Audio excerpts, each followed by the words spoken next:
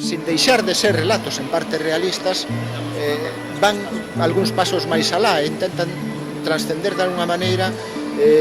esa capa máis aparente de como se nos presenta a realidade habitualmente, non? E, por tanto, transitan ás veces entre nesa zona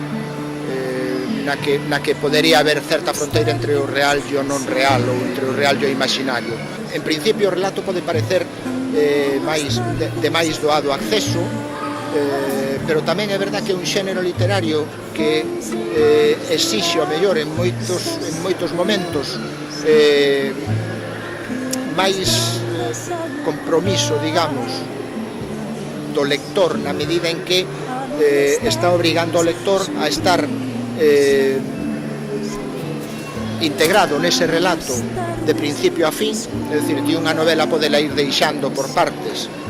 pero un relato pídeche casi que o empeces e o termines sin pausa.